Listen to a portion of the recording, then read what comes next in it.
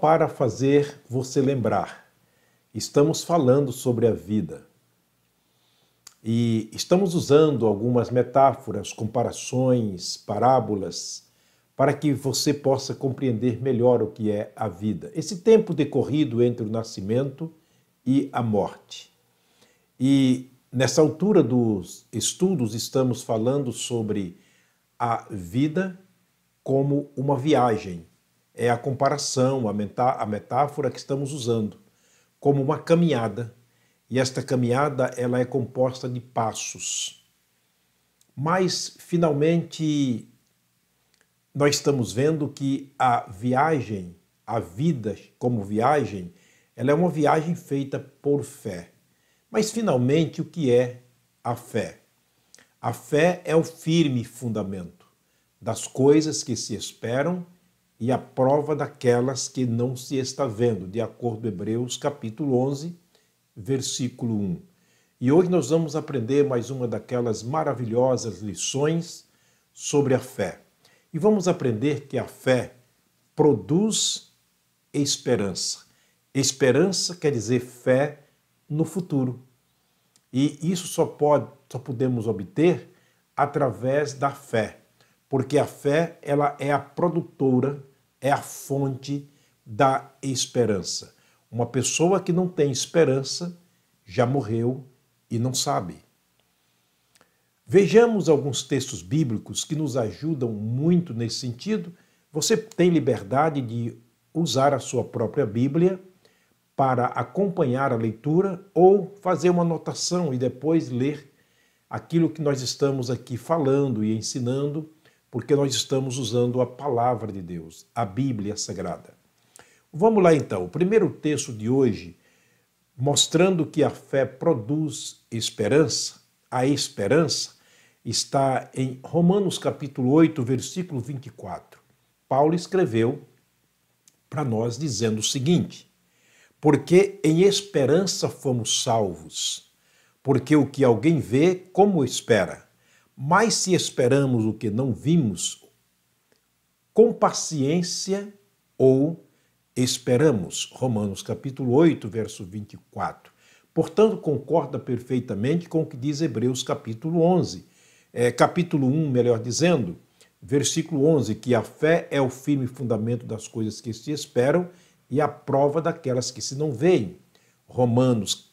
Hebreus capítulo 12, versículo 2, a Bíblia diz que devemos caminhar olhando para Jesus, autor e consumador da nossa fé. Logo, a nossa fé, quando temos a fé verdadeira em Jesus como a pedra fundamental, como firme fundamento, esta fé produz esperança. Paulo, escrevendo aos Coríntios, no capítulo 15, versículo 19 da sua primeira epístola, ele disse: ora, se esperamos em Cristo só nesta vida, somos os mais miseráveis entre os homens. Portanto, Jesus não é visto apenas nessa vida, nesse tempo decorrido entre o nascimento e a morte. Ele é para ser visto, sentido e crido também no futuro. E isso só pode acontecer através da fé, porque a fé nos leva a uma esperança verdadeira. A fé no firme fundamento, Jesus justifica aquele que crê. Quando a nossa fé está em Jesus, uma das benesses que nós temos através dessa fé que produz esperança é que Jesus nos justifica de todo o pecado. Jesus justifica pela fé todo aquele que nele crê. Ele disse em Romanos capítulo 5, versículo 1, quer dizer, o apóstolo Paulo escrevendo aos Romanos, ele afirma de maneira categórica dizendo: tendo sido, pois, justificados pela fé, temos paz com Deus por nosso Senhor Jesus Cristo. Tendo, pois, sido justificado pela fé, temos paz com Deus através do nosso Senhor Jesus Cristo.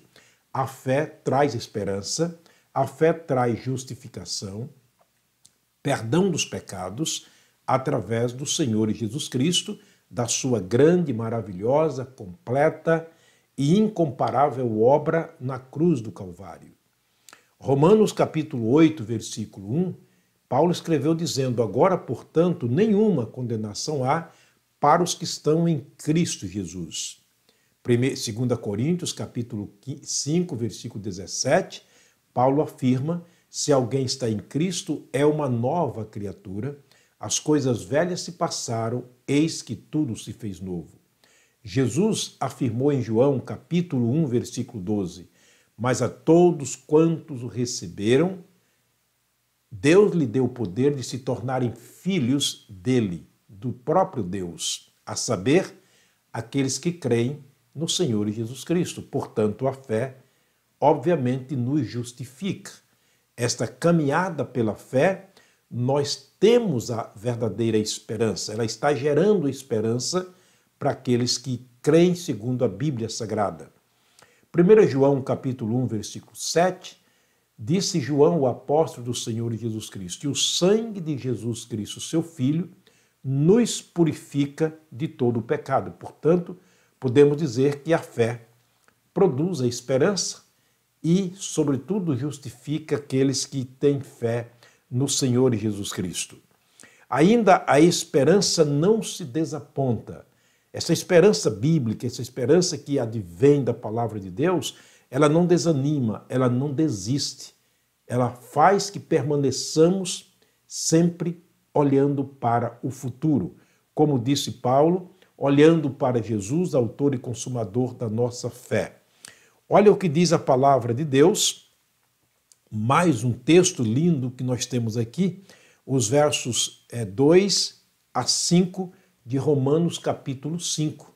Ele diz para nós o seguinte: pela qual também temos entrada pela fé a esta graça, quer dizer, pela esperança, nós temos entrada pela fé a esta graça, na qual estamos firmes e nos gloriamos ou nos alegramos na esperança da glória de Deus.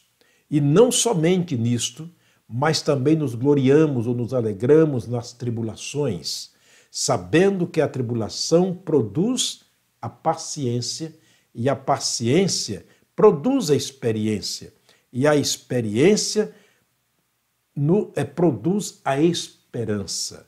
E a esperança não traz confusão, porque o amor de Deus está derramado em nossos corações pelo Espírito que nos foi dado. Que texto maravilhoso!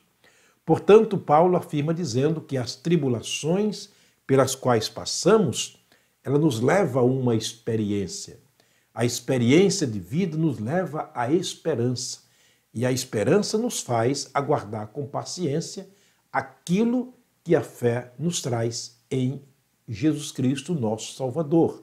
O que Paulo está dizendo é que, apesar das tribulações, apesar dos problemas, apesar de todas as dificuldades que temos neste mundo, ainda a esperança nos mantém de pé.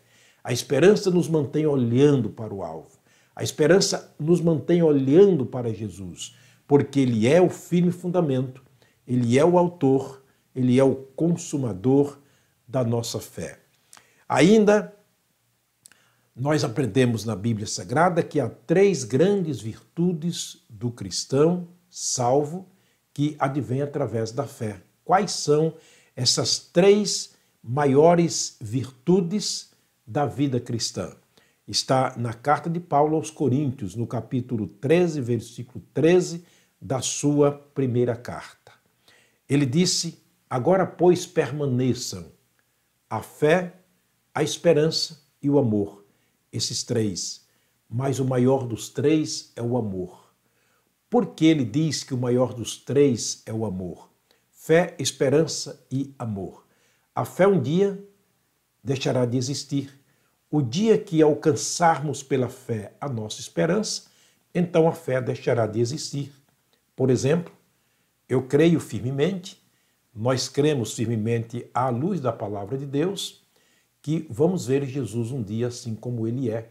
A Bíblia diz lá em 1 João, capítulo 2, verso 3, somos filhos de Deus agora, mas ainda não é manifestado o que seremos no futuro.